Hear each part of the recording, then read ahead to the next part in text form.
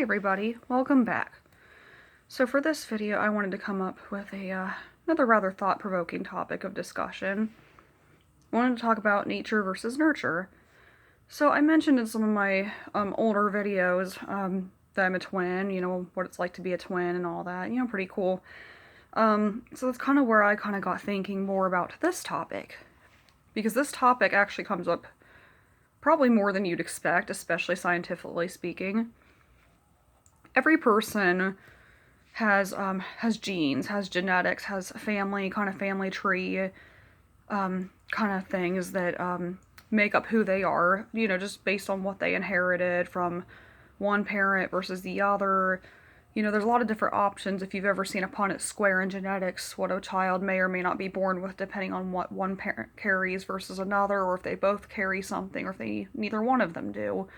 So obviously that's a big part of, you can inherit certain diseases, maybe even certain personality traits. So that's nature. But then there's nurture. Things that your genetics don't play a part in, but your environment does. Where in the world you grow up, the region that you're in, the people that you're near, experiences that you deal with, whether it's trauma or really just in general.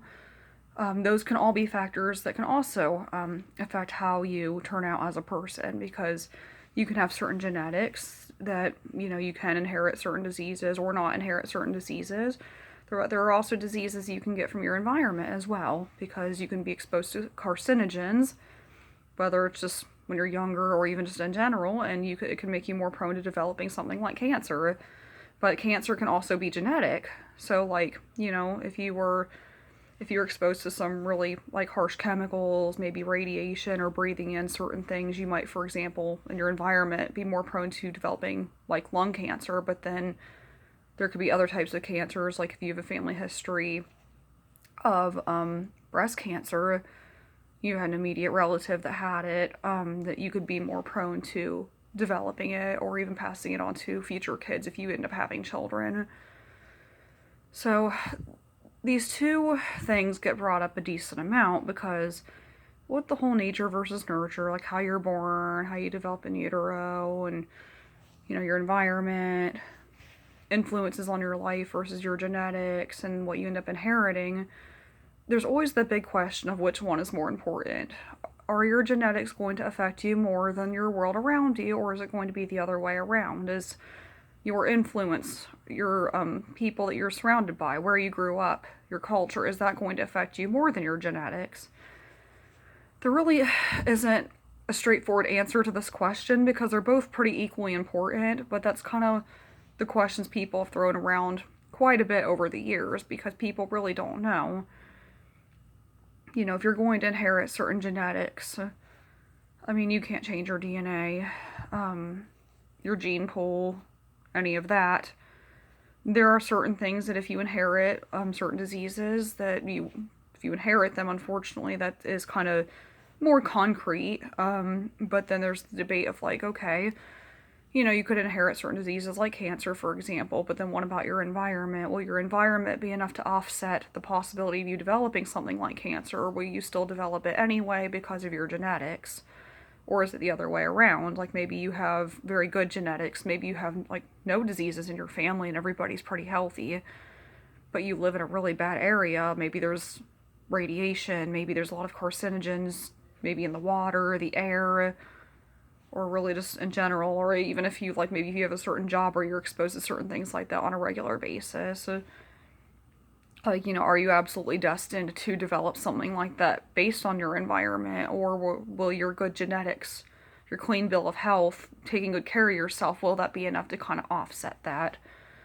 And there's not always a way to predict that either, because there are some diseases that you can develop over time from your environment. If you don't eat healthy or take very good care of yourself, you can be prone to diabetes, heart disease, and things that kind of are secondary to that, and high blood pressure. But then, you could take really good care of yourself, but you could be very prone to having high blood pressure. Some people genetically are even very prone to that,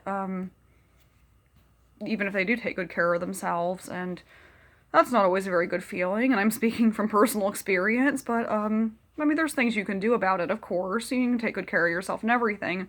But when you think about the fact that it is genetic, like, that is kind of more so than somebody who isn't maybe as prone to that. So those are kind of things that as you get older, you kind of start thinking to yourself, like, oh, I have a high family, if I have a high family history of diabetes, I got to take care of myself, I got to eat healthier.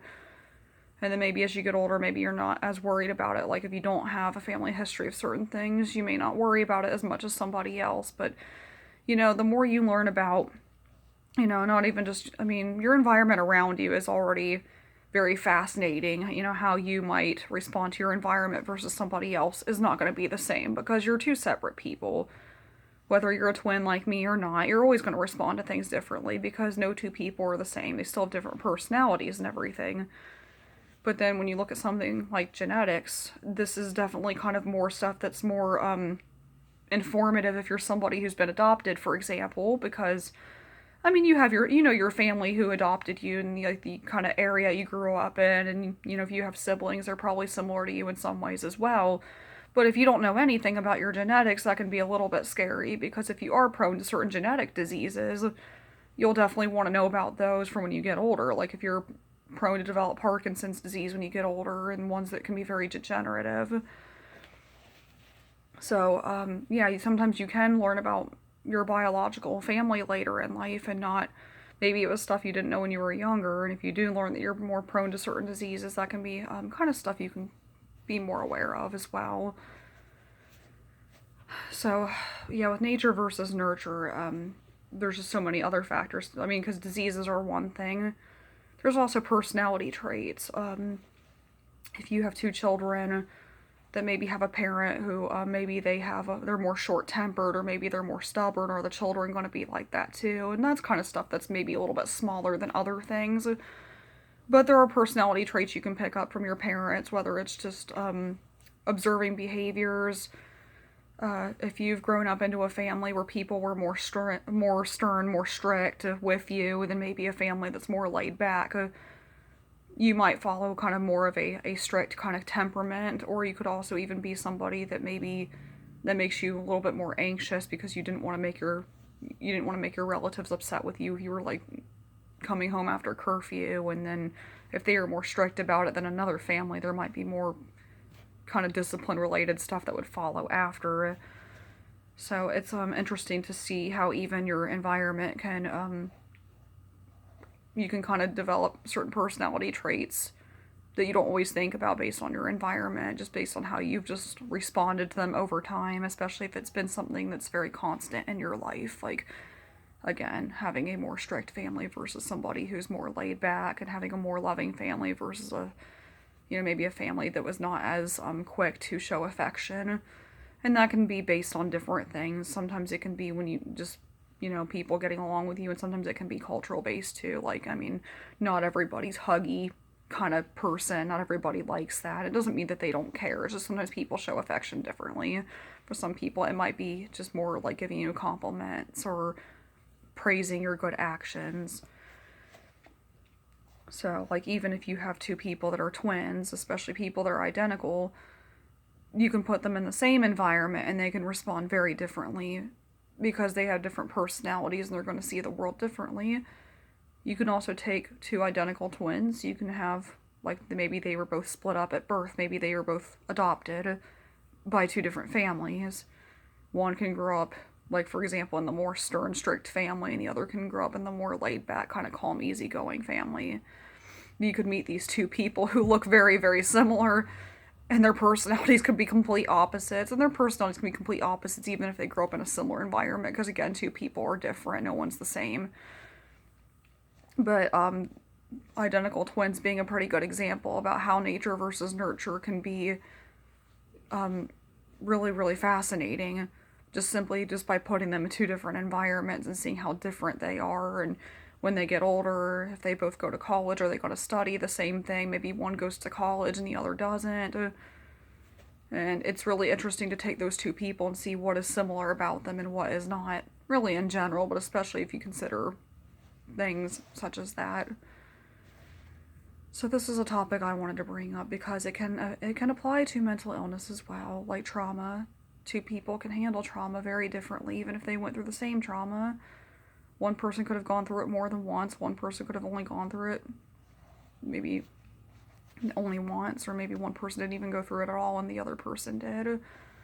And I feel like that this is kind of a topic that, as important as it is with something like mental illness and kind of understanding what you are more prone to genetically and just environmentally, how that can affect treatment, that can affect maybe your response to certain medications, especially if it's a medication who worked for somebody in your family who has like depression, for example, and maybe you have it too. Those are also some things that can take into consideration. They've even done gene site testing on people now to see what medications they are sensitive to.